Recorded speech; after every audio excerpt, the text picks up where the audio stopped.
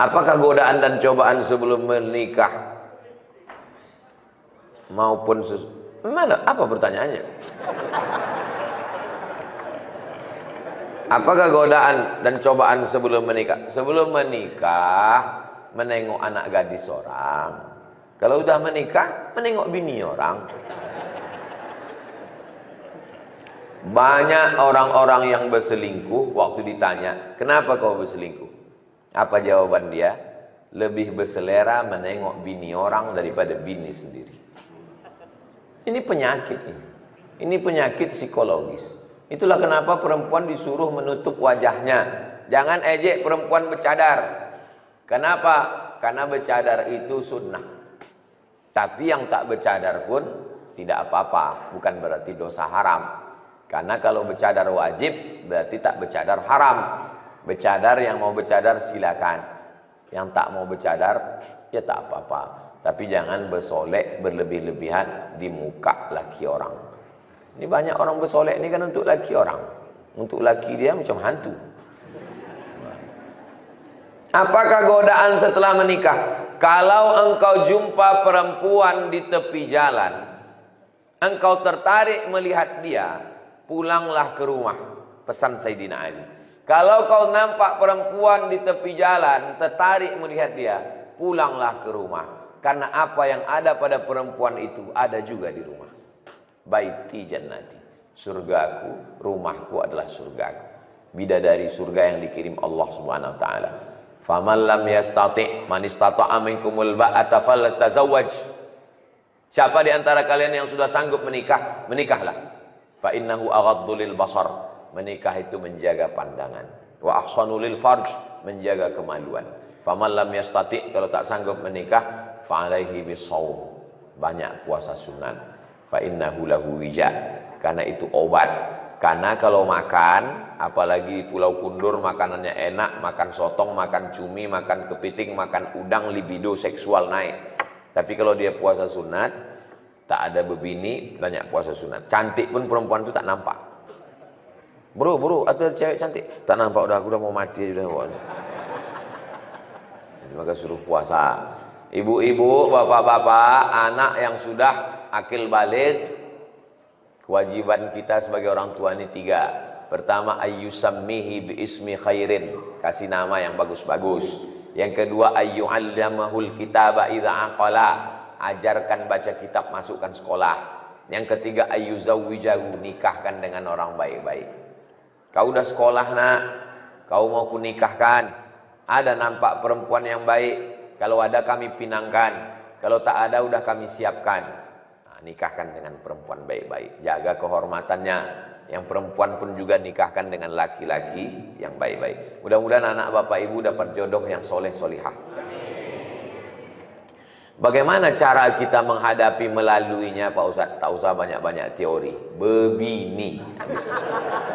Saya tak usah teori begitu begini, tak usah bebini. Yang mana jodoh saya Pak Ustaz? Tak usah banyak-banyak berteori. Mau kau, dia mau, jadikan. Terus banyak berteori. Kalau jodoh kita, nanti waktu kita tengok bergetar kita. Bergetar pun kalau dia tak mau. Saya dulu kan lewat masa muda juga macam kalian, bukan langsung tua. Saya tanyalah tetangga dekat rumah, Pak, apa tandanya kalau dia jodoh kita? Kalau kita tengok bergetar kita. Saya asal menengok perempuan bergetar. Tak jodoh. Tak usah banyak teori. Mau kau sama dia. Dah. Tak mau dia, bunga bukan setangkai, kumbang bukan seekor, patah tumbuh, hilang berganti, hilang satu tumbuh seribu. Ini anak-anak muda nih, begitu mau minang orang, kaulah satu-satunya, tak ada yang lain. Kalau kau tak mau nanti abang mati. La ilaha illallah. Wih. Apa pula begitu? Macam tak ada aja perempuan di dunia ini. Banyak laki-laki ini mentalnya mental kerupuk. Begitu banyak perempuan. Nah, pinang. Tapi jangan kalian meminang petantang petenteng. Bawa Ustaz Haruna Hasim, bawa Pak Bupati, bawa Pak Sekda, bawa. Mereka juru bicaranya minangkan. Tanya, telusuri, ayah dia siapa? Ayah dia kerja di kantor bupati. Apa bupati? Bupati ngomong. Kami membawakan ini anak tahfiz Quran mau Minang. Pasti diterima. Mana mungkin orang tuh berani nolak. Awas kok nolak nonjok katanya. Jangan kalian petantang-petantang Minang, belum tuh. Saya pun tidak saya Minang. Kiai, saya minta tolong Kiai. Pak Kiai tolong Minang, karena saya diam aja. Pak Kiai itu bercakap. Somad ngomong kata Kiai. Enggak, saya diam aja. Jangan petantang-petantang. Jangan saya kalian bawa, saya diterima nanti. Pak Ustadz, jodohnya supaya dapat jodoh terbaik, doanya Pak Ustadz, doa Nabi Zakaria, Rabbi la tazarni fardan wa anta khairul warisin. Rabbi, ya Tuhanku, la tazarni fardan, jangan biarkan aku sendirian, wa anta khairul warisin, engkau sebaik-baik pemberi waris. Rabbi la tazarni fardan wa anta khairul warisin. Saya tengok yang menghafal yang udah berbini pula. Ini menghafal yang lajang-lajang aja. Hati-hati bu, kalau sampai dibaca bapak ini nanti pas sembahyang. Ibu kalau sembahyang tahajud malam, dengarkan doa bapak itu baik-baik. Amin, amin, amin aja. Amin, amin. Nanti kejadian baru bingung. Rabbi la tazarni fardan wa anta khairul warisin. Amin gitu. Ini kejadian. Kenapa abang ini? Doa kau dulu gitu. Rabbi la tazarni fardan wa anta khairul warisin. Tak ada yang sulit bagi Allah. Asam di gunung, garam di laut, berjumpa juga dalam belanga. Siapa? Langkah rezeki, pertemuan maut, kuasa Allah Subhanahu wa taala. Tak ada yang sulit bagi Allah. Innama amruhu idza arada syai'an ayaqul lahu kun fayakun. Jodoh tak akan kemana. Tapi ingat, saingan di mana-mana. Mohon doanya Ustaz agar diberikan keturunan yang soleh dan solehah. Dunia ini memang tak pernah selesai. Sebelum tamat sekolah, nanti kuliah di mana? Sesudah kuliah, udah kerja apa belum? Sesudah kerja, udah berbini. Sesudah berbini, udah punya anak. Udah punya anak, laki-laki apa perempuan? Laki-laki. Kenapa belum punya anak perempuan? Dunia ini sebetulnya tak sulit. Yang susah tuh mengamankan mulut orang. Jadi kalau diturutkan cakap orang ini gila kita. Jadi kita pede aja, banyak berdoa. Mohon doanya Pak Ustaz supaya diberikan keturunan yang soleh dan solihah. Rabbi habli minas solihin. Doa yang sudah pasti makbul, maka dikabulkan Allah doanya. Lahirlah anak namanya Ismail. Doa Nabi Ibrahim itu, Rabbi habli minas solihin. Apa kata orang? Ibrahim mandul, tak akan punya anak. Berbini sama Sarah, tak ada anak. Menikah sama Hajar, tak ada anak. Apa kata orang? Takkan punya anak itu Ibrahim. Berdoa Nabi Ibrahim, apa yang terjadi? Hajar mengandung, Sarah pun mengandung. Sekali dua saking makbulnya. Hajar melahirkan anak Ismail, Sarah melahirkan anak Ishak. Waktu lahir Ismail, umur Nabi Ibrahim 86 tahun. Berumur Ismail 13 tahun, lahir Ishak. Umur Nabi Ibrahim 99 tahun. Bayangkan bapak, umur 99 tahun masih menggendong bayi. Doa Rabbi habli minas solihin. Sebenarnya mana kita belajar sebenarnya dan mana kita belajar adab. Tak jarang di luar sana banyak manusia sudah menempuh pendidikan tinggi tapi minim adab. Tak jarang juga para guru ngaji yang kadang tak pandai menjaga perasaan orang lain dalam ini menyindir saya nih.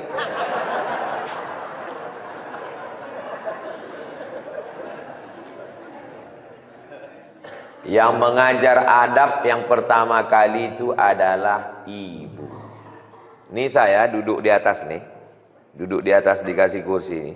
Dalam lubuk hati yang paling dalam tetap merasa bersalah. Kau salah Somad, kau salah Somad, kau salah Somad. Kenapa? Karena kecil dulu diajarkan tak boleh duduk di atas kalau ada orang tua di bawah.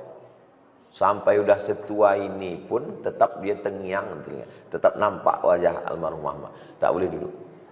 Jadi waktu datang tamu duduk di lantai. Kita orang Melayu bentang tikar pandan, duduk tamu di bawah. Saya di atas. Mak tu sudah mengkejip mata udah 2 kali. Saya tak juga turun, balik. Tak boleh bercelana pendek.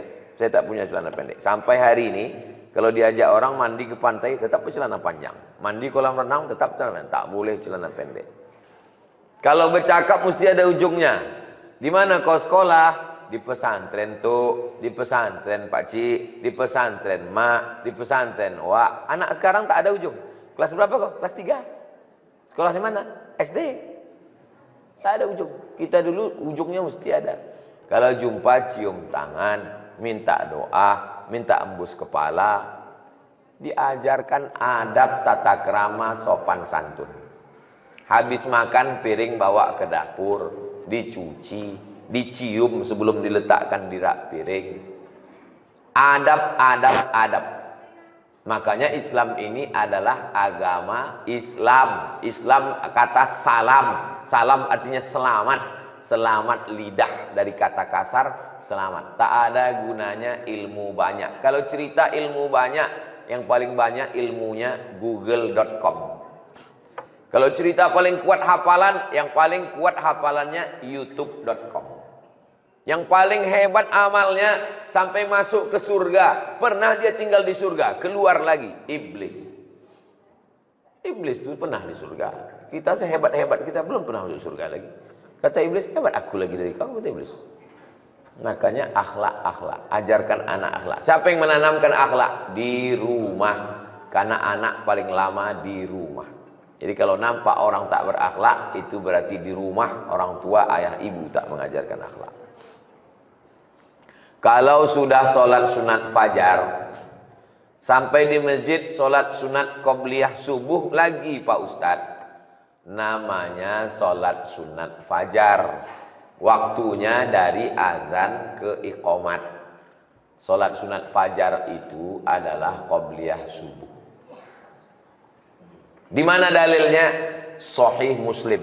Ada satu bab qobliyah subuh, sholat sunat fajar. Pahalanya khairum minad dunya wa ma fiha. Lebih baik daripada dunia dan seisinya. Rakaat pertama kuliah, rakaat kedua kulhu. Usollinya usolli sunnatal fajri raka'ataini.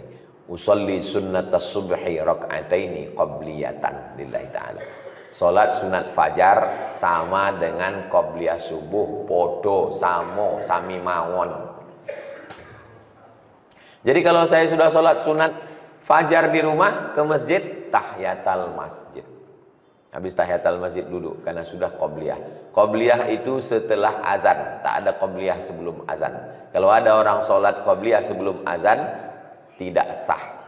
Maka setelah azan baru qobliyah. Karena qobliyah setelah masuk waktu sholat. Qobliyah subuh, qobliyah zuhur, qobliyah jumat, qobliyah maghrib, qobliyah isya. Semuanya setelah azan. Apa beda sholat sunat fajar dengan sholat qobliyah subuh? Sama. Assalamualaikum Pak Ustaz. Waalaikumsalam. Bagaimana hukumnya orang datang ke masjid, sedangkan ada sebagian mengatakan tak boleh, sedangkan kita mau belajar? Mungkin maksud dia bagaimana hukumnya perempuan datang ke masjid. Mungkin itu maksudnya. Perempuan datang ke masjid, perempuan lebih baik sholat dalam pekarangan, lebih baik sholat dalam rumah, lebih baik sholat dalam kamar, lebih baik sholat dalam tempat yang sempit. Ini hadis satu. Hadis yang kedua, la tamna'u ima Allah masajidallah. Jangan larang hamba Allah datang ke masjid. Hadisnya bertolak belakang. Yang satu mengatakan lebih bagus di rumah, yang satu mengatakan jangan larang ke masjid. Datang Imam Nawawi membahas dua hadis yang ikhtilaf ini. Kesimpulannya, kalau keadaan aman, di dalam masjid ada pengajian, tidak menimbulkan fitnah, boleh perempuan ke masjid. Pulau Kundur ini aman atau tak aman? Aman. Ibu tadi kemari ada dicegat tentara Israel? Tak ada. Ada datang Godzilla menangkap dari laut? Tak ada. Aman. Tidak menimbulkan fitnah. Sudah tahu masjid itu sunyi, imamnya cuma sendiri imam. Datang perempuan, tak boleh menimbulkan fitnah. Nah, tapi kalau aman, laki-laki banyak, maka perempuan boleh ke masjid. Apakah istri Nabi ke masjid? Ya. Mana dalilnya? I'takafa Rasulullah sallallahu alaihi wasallam fil ashril awakhir min Ramadan, thumma i'takafa azwajuhu min ba'di. Nabi i'tikaf 10 hari di bulan Ramadan, setelah Nabi meninggal istrinya i'tikaf. Apa pelajaran dari situ? I'tikaf 10 hari 10 malam aja boleh, apalagi yang 10 menit. Yang 10 hari 10 malam aja boleh, apalagi yang 10 menit. Tetap dengan syarat dan ketentuan berlaku. Jangan sampai ke masjid pakai Honda, pakai sepeda motor, pakai celana legging sempit. Banyak atuk-atuk masuk parit menengok itu. Jangan ke masjid pakai minyak wangi terlampau harum.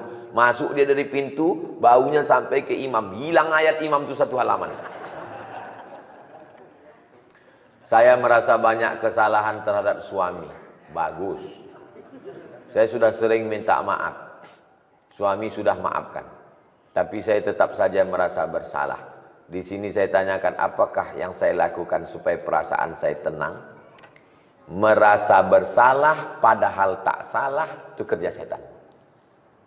Merasa berdosa padahal tak dosa, kerja setan. Merasa beramal padahal belum beramal, itu juga kerja setan. Saya sudah membocorkan SOS, standar operasional setan. Kalau menurut Allah benar, menurut Rasulullah benar, menurut ulama benar, jangan merasa bersalah. Aku sudah minta maaf, aku sudah amanah, menjaga keluarga, menjaga anak-anak. Tanya suami, kau sudah memaafkan saya bang? Aku sudah memaafkan dek, karena aku terpaksa. Maka ibu tidak salah. Ibu sama dengan suami. Al-mu'minun suami, wal mu'minat istri. Ba'duhum awliya'u ba'd. Mereka saling tolong menolong menjaga keluarga. Ya'muruna bil ma'ruf, mengajak anak keluarga berbuat baik. Wa yanhauna 'anil munkar, melarang buat munkar. Kau jangan selingkuh bang, kau jangan dilarikan pelakor, kau jangan buat macam-macam. Ini ku siapkan kain kalau mau pergi, ini baju koko, ini tasbih banyak berzikir, ini sholat jangan sampai tinggal. Kalau bapak dapat istri begitu, disiapkannya kain, baju koko, diingatkannya sembahyang tinggal di mana, pulang jam berapa, jalan sama siapa, sesungguhnya bapak sudah dikirimkan bidadari surga sebelum bapak mati. Kalau dapat istri model begini, jangan dikubur sebelum meninggal. Kalau kita mengkodok sholat, mana yang didulukan, kodok dulu apa sholat sunat rawatib dulu? Habis sholat maghrib, habis sholat zuhur nanti, usolli fardhu zuhri arba'a raka'atin qada'an. Qada' hukumnya wajib, rawatib hukumnya sunnat. Zakat hukumnya wajib, sedekah hukumnya sunnat. Ketemu yang wajib dengan yang sunat, mana didudukan? Dulukan yang wajib.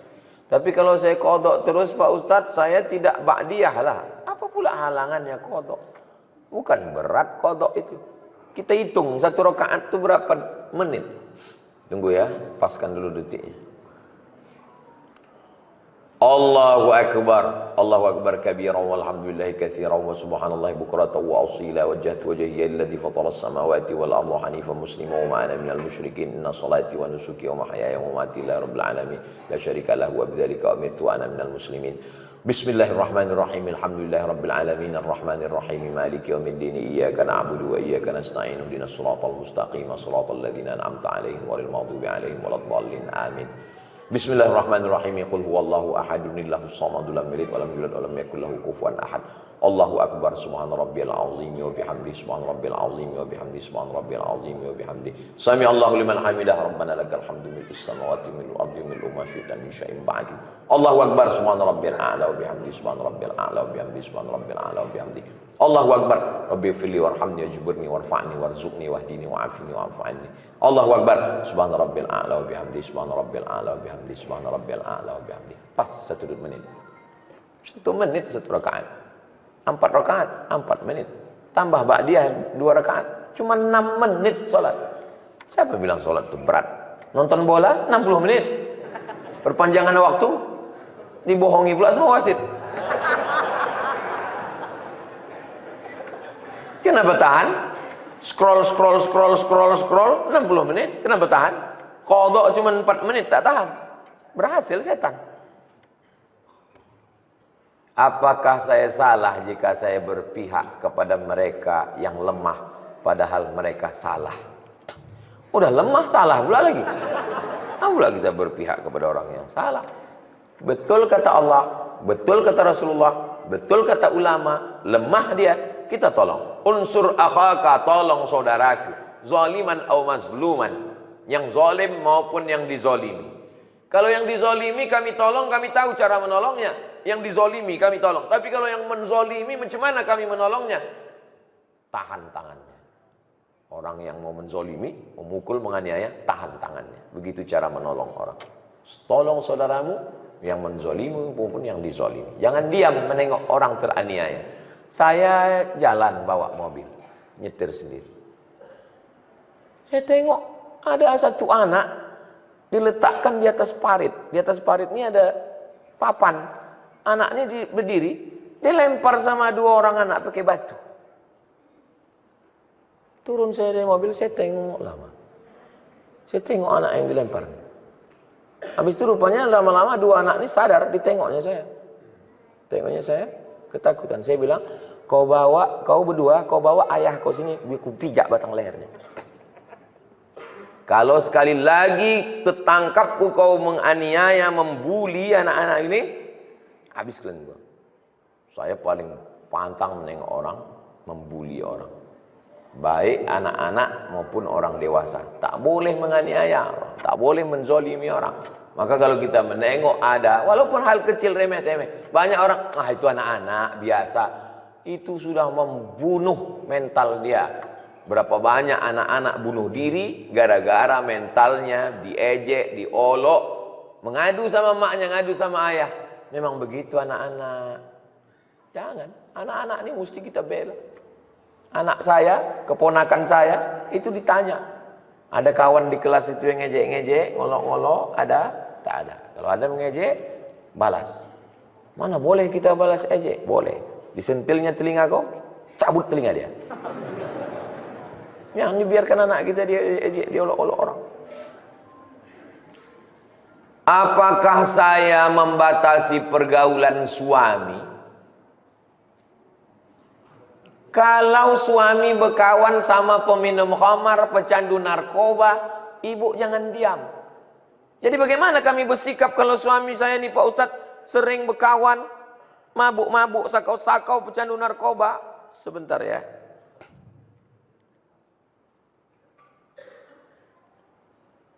Kalau ada suami ibu berkawan sama pecandu narkoba, catat nomor ini baik-baik.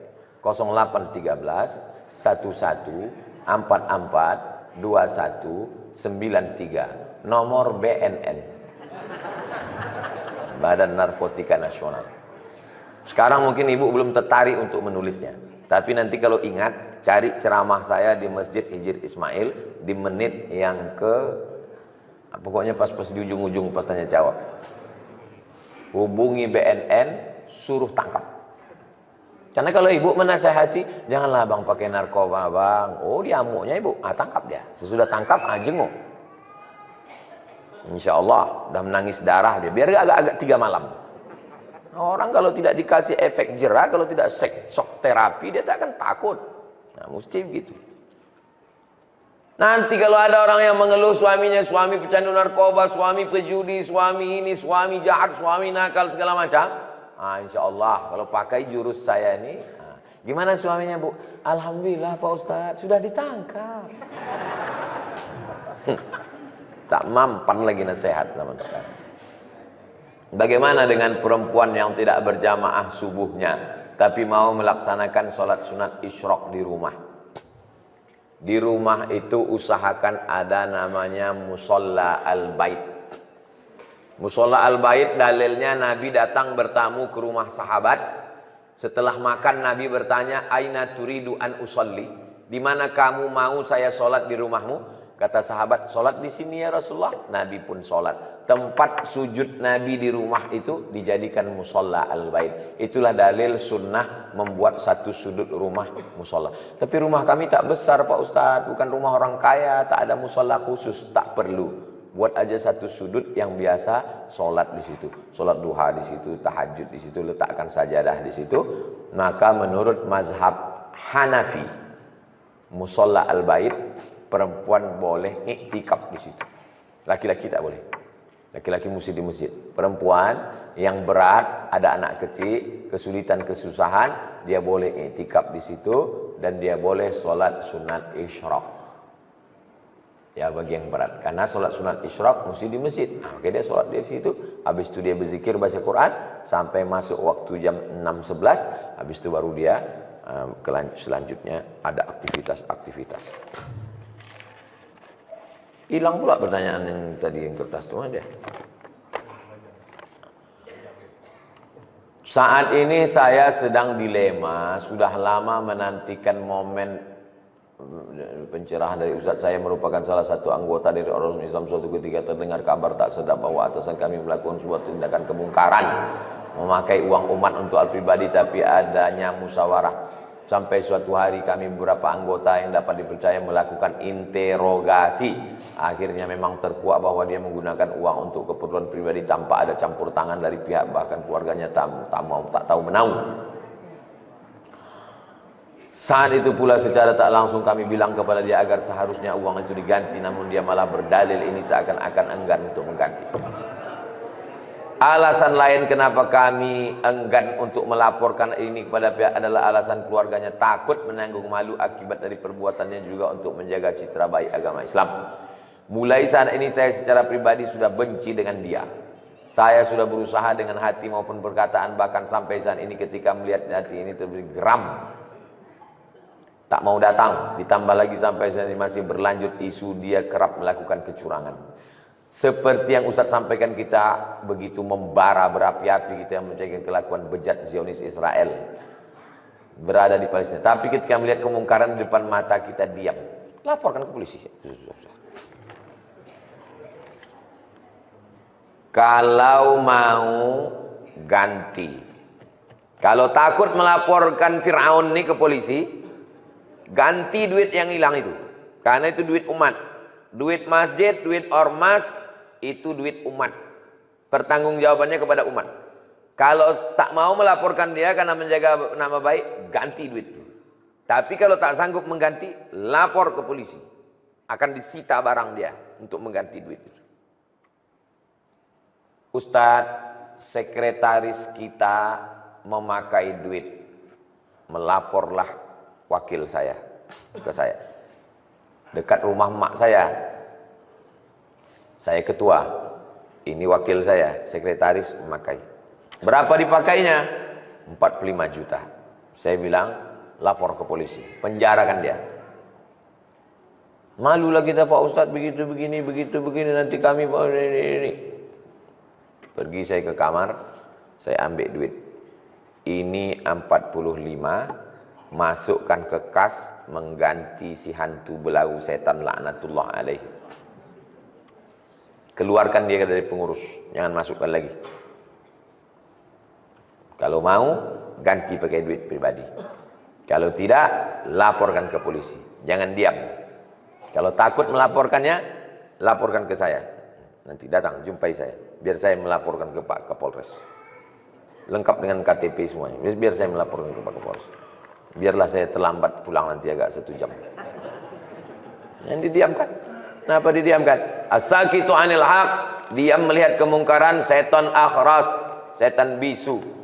Di dalam Islam ini ada namanya akhlak, tapi juga ada namanya hukum. Pencuri, as-sariqu was-sariqatu faqta'u aydiyahuma, potong tangannya. Pezina, az-zaniyatu faz-zani fajlidu kulla wahidin minhuma mi'ata jaldah, cambuk 100 kali kalau belum berbini. Kalau sudah berbini, farjumuhumal battah, lempar batu sampai mati.